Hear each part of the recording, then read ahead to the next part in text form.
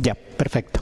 Vamos a comenzar con lo que es el tema de manipulación de datos. Esto en terminología, en tecnología, mejor dicho, más lo denotan como DML. Voy a hacer DML, soporta DML, Data Manipulation Language. Esto para nosotros es, puedo hacer el insert, puedo hacer el update, puedo hacer el delete. ¿Qué es lo que vamos a ver? Vamos a aprender a insertar datos o información a nuestras tablas, hacer la actualización, suprimir, sincronizar los datos y obtener el último valor insertado. Estos dos últimos puntos tal vez no es conocido para todos. Ahí sí podrían darse unos minutos para que lo hagamos conmigo. Los tres primeros son conocidos de todo el tiempo. También vamos a hacer el tema del bulk insert, del update, delete, truncate, el merge, que este comando va a ser súper útil cuando hagamos integración de datos, prácticamente se usa todo el tiempo. El tema del output, que podría o no servirles dependiendo del caso, y la sentencia bulk para inserción masiva de datos. ¿A qué se refiere? ¿Por qué le dicen lenguaje? Porque tienen que manipular los datos de alguna forma. Manipular en el sentido de agregar, modificar, eliminar. Nosotros eso a veces lo hacemos analogía con el CRUD. El crear, leer, actualizar, eliminar. Es la misma analogía. Pero enteramente en las tablas, directamente en las tablas. Si se dan cuenta, todo lo que vamos escribiendo es directamente con la base de datos. No hay ese tema de conexión, que preparo mi sentencia, no hay nada de eso. El tema de la transacción, que lo vamos a ver más a profundidad en un capítulo la siguiente semana. Aquí es implícito el tema del commit y del rollback. No sé si algunos han tenido la oportunidad de usar otro motor. Tal vez MySQL, hay una variable, con una variable definen todo eso, el autocommit. Haces un insert y ya está en base de datos. Haces un delete y ya se borró. Pero si esa variable está en off, o sea, no está habilitada, tienes que explícitamente decir confirmar con un commit o hacer un rollback. Es decir, puedes deshacer tus cambios. En SQL Server no hay tal variable. En SQL Server tienes que definir explícitamente tus transacciones, que lo vamos a hacer después. Pero por ahora, ustedes hacen un insert, lo ejecutan y asuman que ya está un commit por debajo, directamente, con esa idea. Vamos a analizar cada una de las sentencias, que no es muy complicado. El insert to en la tabla indicando cada una de las columnas. Esta notación se van a ir acostumbrando. Lo que está entre corchetes puede ser opcional.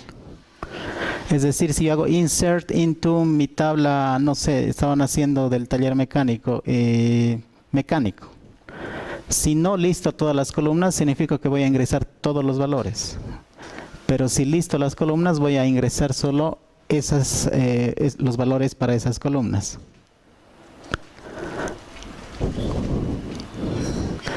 La inserción de las filas implica que voy a manejar cierto orden.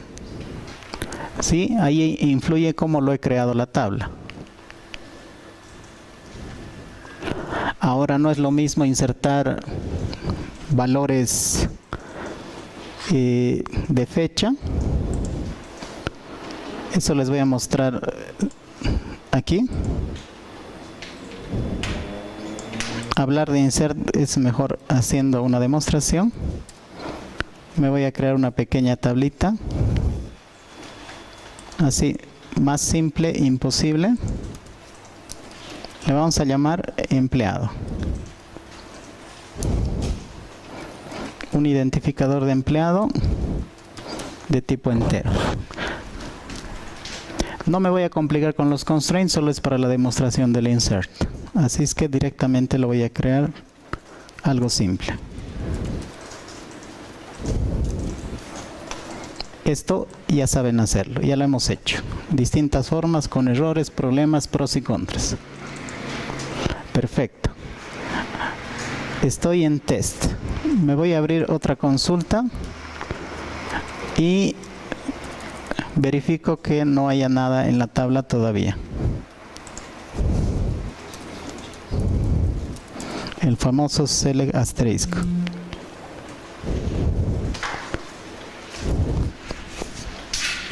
no hay nada. Parece que existía otra tabla, ¿no? Es empleado lo que yo estoy manejando. Esas dos columnas. Entonces, ¿cómo funciona el tema del insert? Muy sencillo. Hago insert into y tengo que hacer referencia a la tabla. Lo más violento que puedo hacer es de esta forma. Evito nombrar las columnas. ¿Por qué? Porque explícitamente le voy a mandar todos los valores. Ahora aquí influyen los tipos de datos, lo que nos hablaba en la diapositiva. Un entero no necesita nada más que el número, y un valor en carácter necesita las comillas simples. Más fácil, imposible. Ahora necesitamos una respuesta del server. Tienen que darse cuenta que, a diferencia de lo que estamos acostumbrados a hacer de programación, en tema de base de datos es ida y vuelta. Eso se llama stateful, o sea, como sus HTTP requests, ustedes que manejan bastante JavaScript, no mandan algo y esperan recibir algo. Es más o menos la misma idea en base de datos, por sentencia. Y la respuesta que recibimos es una fila afectada, equivalente a lo que ustedes reciben, ¿no? Su respuesta 200 OK, 400, etcétera, etcétera. Es la misma idea, es de ida y vuelta. Entonces, ¿qué queda implícito acá? El tema del commit. En ningún momento yo siquiera considero el tema de la transacción. Y como sé que está ya la información almacenada, vuelvo a hacer la consulta y está disponible la información. Ahora, ¿cuál era el tema de las columnas? Si yo explícitamente le indico qué columnas insertar, aquí, por ejemplo, si le mando solamente nombre, por ejemplo, Raúl, como no hay ninguna validación, ningún constraint, no debería haber ningún problema. Obviamente, debido a este escenario, estoy comenzando a tener problemas de consistencia. Para empezar, esto era una llave primaria, o lógicamente debería ser una llave primaria, no tiene sentido que tenga null. Y Raúl está incompleto, ¿no? Está inconsistente. ¿Cómo soluciono esto? Añadiendo un constraint. ¿Sí? Esto respecto al insert. Lo que nos hablaba acá. Puedes mostrar la lista de columnas, encerrar valores en caracteres. Esto aplica también a las fechas, también entre comillas simples. Ahí estaba un ejemplo. Lo hemos visto en la práctica. Con el tema de null, puedo manejar nulos explícitamente. No siempre puedo obligar a llenar ciertos valores. Todo depende cómo lo quiero manejar. Acá, por ejemplo, explícitamente puedo usar la palabra null. Ahora, el null no es muy deseable en base de datos porque provoca inconsistencia, pero a veces no se puede evitar, depende del caso. Ahí influye cuál es el propósito de su modelo y el propósito de la columna que están manejando. Idealmente no deberías tener nulos, pero a veces no se puede evitar, y no porque no haya valor, sino porque en la línea del tiempo ese valor va a existir, pero posteriormente. Entonces, mientras tanto, reservo su espacio con el nulo. Hay valores especiales que puedo insertar. Estos solo son dos ejemplos, hay infinidad. El más común es obtener la fecha actual. Estos son funciones de sistema que yo puedo utilizar. ¿Sí? Acá, por ejemplo, en nombre, yo le voy a mandar una función que me retorna una fecha. Vamos a ver si me deja insertar. Es una fecha, la fecha viene entre comillas y se podría considerar un carácter. ¿Sí? Esto es dinámico, si lo vuelvo a ejecutar ya es un nuevo valor.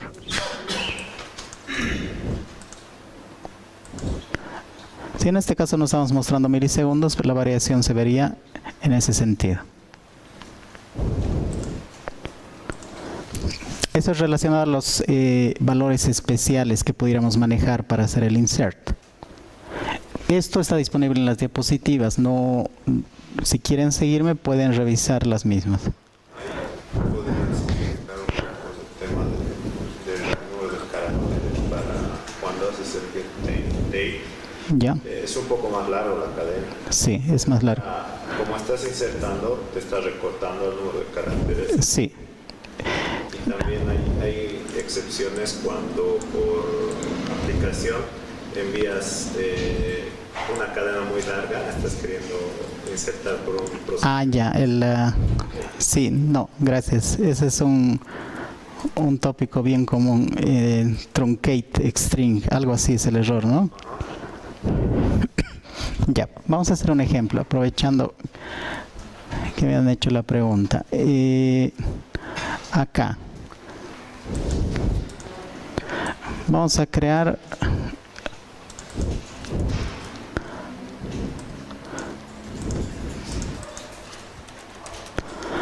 un nombre de un tamaño 10, así súper pequeño.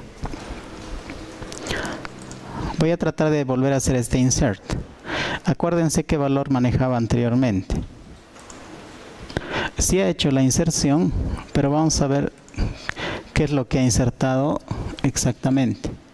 Ese es el escenario cuando automáticamente SQL Server decide que ya voy a satisfacer la inserción, pero para eso necesito reducir tu cadena de caracteres. Eso es un truncate automático. Pero por el contrario, si yo le mando una cadena demasiado larga, un nombre completo, ya me he pasado los 10. ¿Esto funciona o no funciona o me lo va a cortar? Ahí está el problema que estábamos hablando. Y esto, si quieren, sáquenle foto cuando hagamos integración de datos. Es bien común ver este problema. Un valor de tipo binario o string podría ser truncado. Y SQL Server ha decidido no hacer el insert, no ha hecho el insert. No hay tal. Y ese es un problema bien común que se da. Porque estoy migrando datos y el registro 1.000.001 falló y se hace rollback de toda la transacción. Y eso hay que arreglar. ¿Cómo podría arreglar esto? Hay que reducir la cadena que se está enviando, ¿no? Para eso se define en el modelo de qué tamaño se está manejando. A veces es muy trivial darle valores pequeños para ahorrar espacio. Cuestión de criterio, pero para que tengan cuidado. Cuando vean este error ya saben por qué es entonces.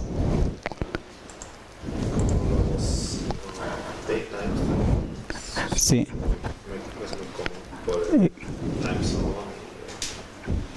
Exacto.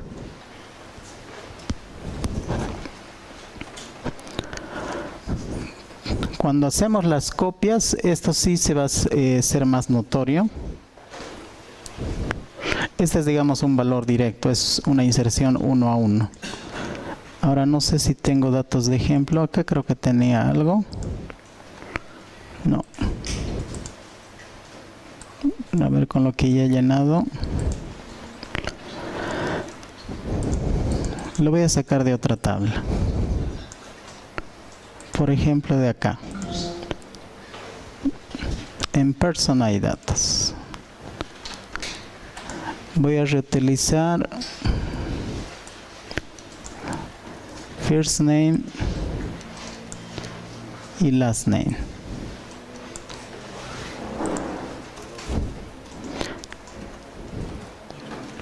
¿Sí? Solo 1000 registros.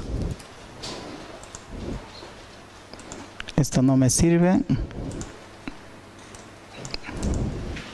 Ahí está empleado.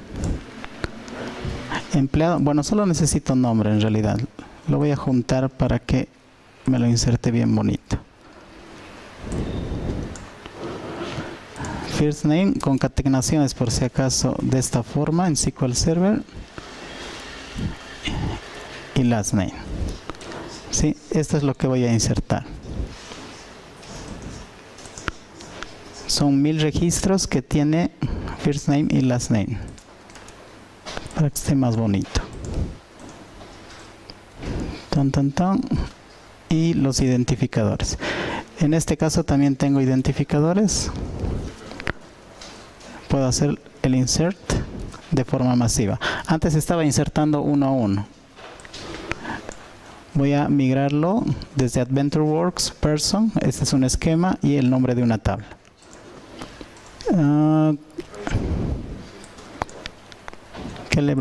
¿Con qué nombre le he bautizado? ID empleados, ¿no? Ahí está. Esto es porque lo hemos dejado en un valor pequeño. Chon, chon.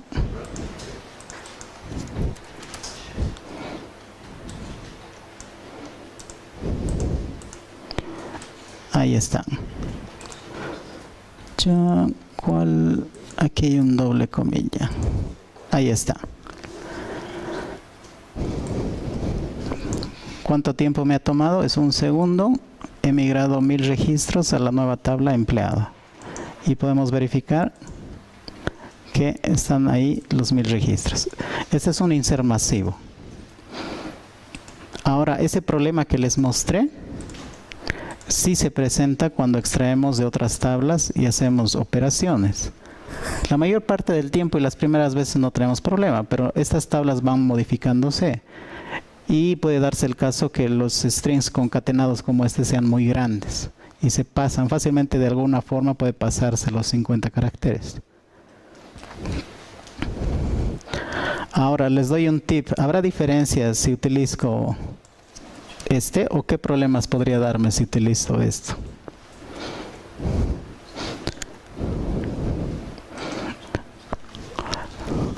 Así, compartiendo experiencias para que cuando choquen en sistemas antiguos, que generalmente vamos migrando,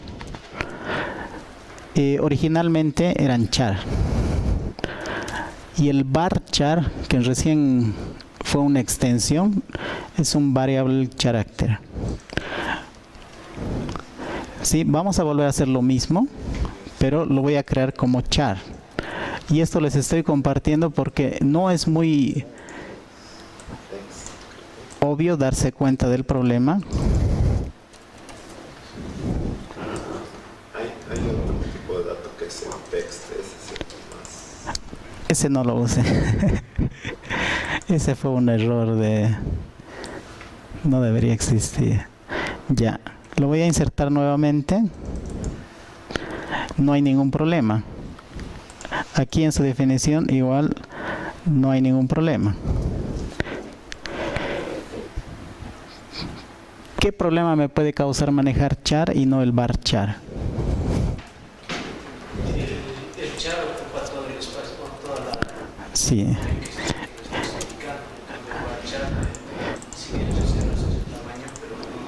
Por eso es variable, ¿no es cierto? Él sí ha tenido esa complicación. Esto, miren, si me doy un copy y a ver si tengo algún editor que me permita ver esa diferencia de lo que estamos hablando. Este es el nombre. Vean dónde aparece el cursor. ¿Por qué hace eso? Porque el char te obliga a utilizar todo el espacio con lo que le has definido. El varchar solo va a ocupar lo que hubieras utilizado. El otro es el reservado, o sea, te está encasillando. Y ese es un problema típico en bases de datos antiguas. Y eso he visto que les da problemas en bases de datos MySQL, si no estoy mal, cuando tienen que migrar a nuevas versiones. Los originales utilizaban char o encodechar, que es el nchar, que es lo mismo. Utiliza todo el espacio. Y esto hay que resolver porque cuando haces una comparación, un filtrado, no es lo mismo, ¿no? No te va a devolver ningún resultado. Entonces van a tener cuidado con el char. ¿Cuándo usarían char? Cuando estén completamente seguros que van a utilizar todo el espacio. Y generalmente son tamaños pequeños, digamos, valores fijos, que voy a hacer combinaciones de hasta 5 espacios. Pero utilícenlo con criterio, porque da muchos problemas y no es fácil identificar la solución, el problema y la solución. Revisando la copia de filas, que no hay ningún problema.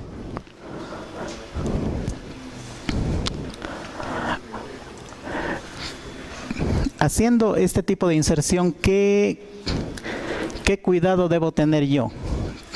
¿Qué pasaría si este Business Entity ID es texto en el select y emitable es un entero? ¿Funciona o no funciona?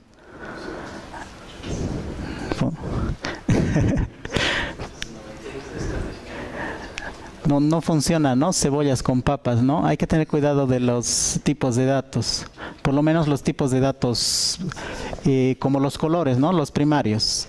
Entero, texto que es varchar para nosotros. Hay conversiones implícitas que se dan. Ahora, entre decimal y entero te lo va a truncar, pero entre decimal y carácter ya no es tanto lo mismo, ¿no? Hasta ahí. No sé si alguna pregunta, duda, algo que les pueda suceder. Es un insert, pero da problemas cuando es datos masivos. Y ahí hay algunos tips. ¿O alguien le ha pasado algo interesante que le gustaría compartir una solución de 2 semanas que no ha podido encontrar?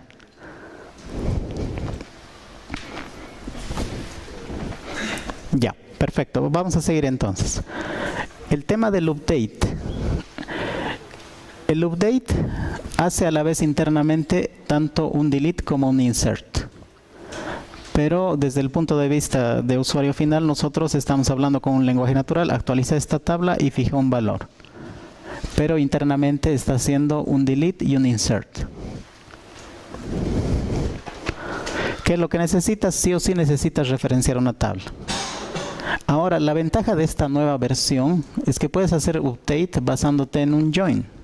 Lo vamos a hacer más adelante, pero eso lo hace más poderoso porque tu condicional es aún más fuerte, estás pegando 2 tablas.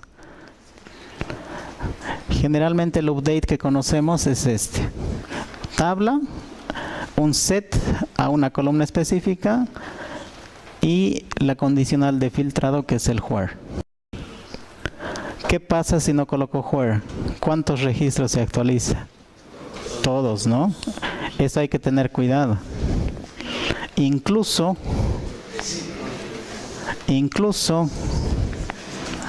un error que yo también cometo a veces por así como decimos nosotros, por hacernos al experto,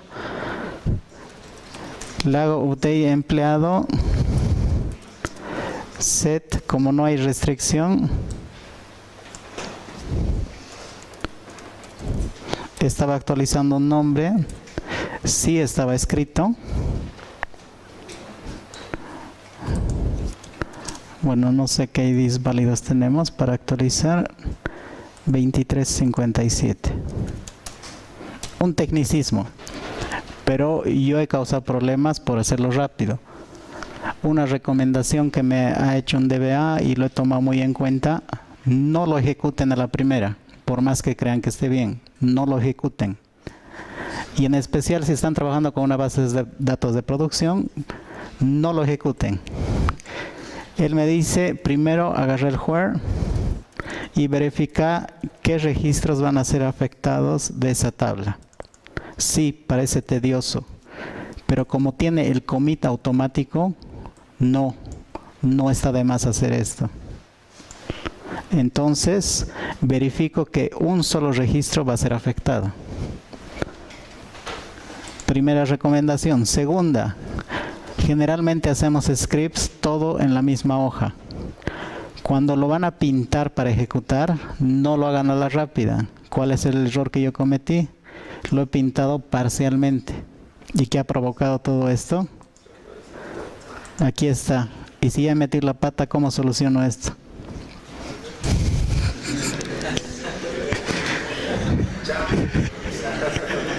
Por eso he cambiado de empresa, no.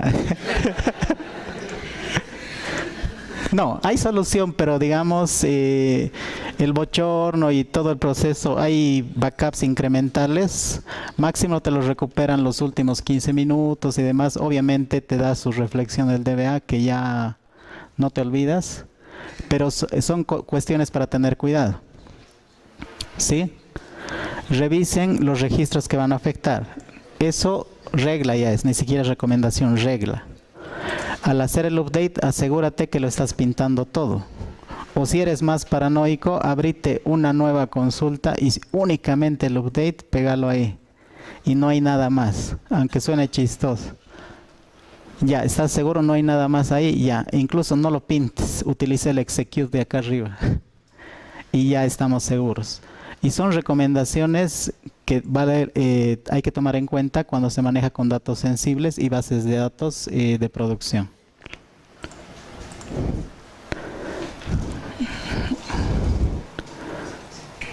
Perfecto. Eso es relacionado al update. Siempre tomar en cuenta el tema de la filtrado o de la sentencia where.